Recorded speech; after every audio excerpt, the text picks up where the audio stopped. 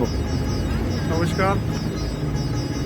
नवसत्य न्यूजच्या सर्व दर्शकांना माझा प्रेमपूर्वक नमस्कार. आज आम्ही नरडाण्याला आलो आहे. नरडाणा हे भविष्यातील औद्योगिक नगरी म्हणून ओळखण्यात जाणारं शहर आहे. नरडाणा शहरामध्ये मागच्या काळामध्ये जुनी बाजारपेठ होती.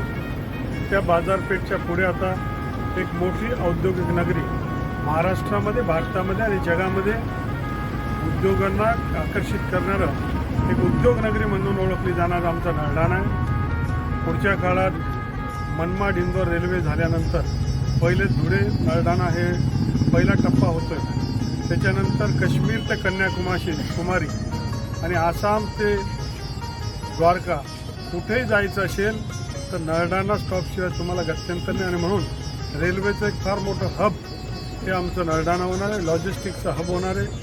मुंबई ते दिल्लीचा हायवे तिथे आहे. रेल्वे इथे येणार आहे. औद्योगिक नगरी आहे. आणि मागच्या काळामध्ये भागीरथ प्रयत्न करून मी सुलवाडेजवळ तापी नदीला अडवलं. सुलवाडेमधनं जामफळमध्ये पाणी आणलं आणि आता जामफळचं पाणी हे शेतापर्यंत जाणार. हा आमचा शेतकरी राजा बागायतदार होणार. म्हणजे एकीकडे बागायतदारांची शेती, औद्योगिक नगरी, हायवे, रेल्वे या सगळ्या व्यवस्थेने युक्त असणारं ते आमचा नरडाणा शहर पुढच्या 10-15 वर्षात एक आधुनिक, स्मार्ट, सुंदर एक छोटंसं सॅटेलाईट टाउनशिप म्हणून इथे निर्माण होणार आहे. या नवीन वाटचालीस मी सगळ्या तमाम जनतेला शुभेच्छा देतो.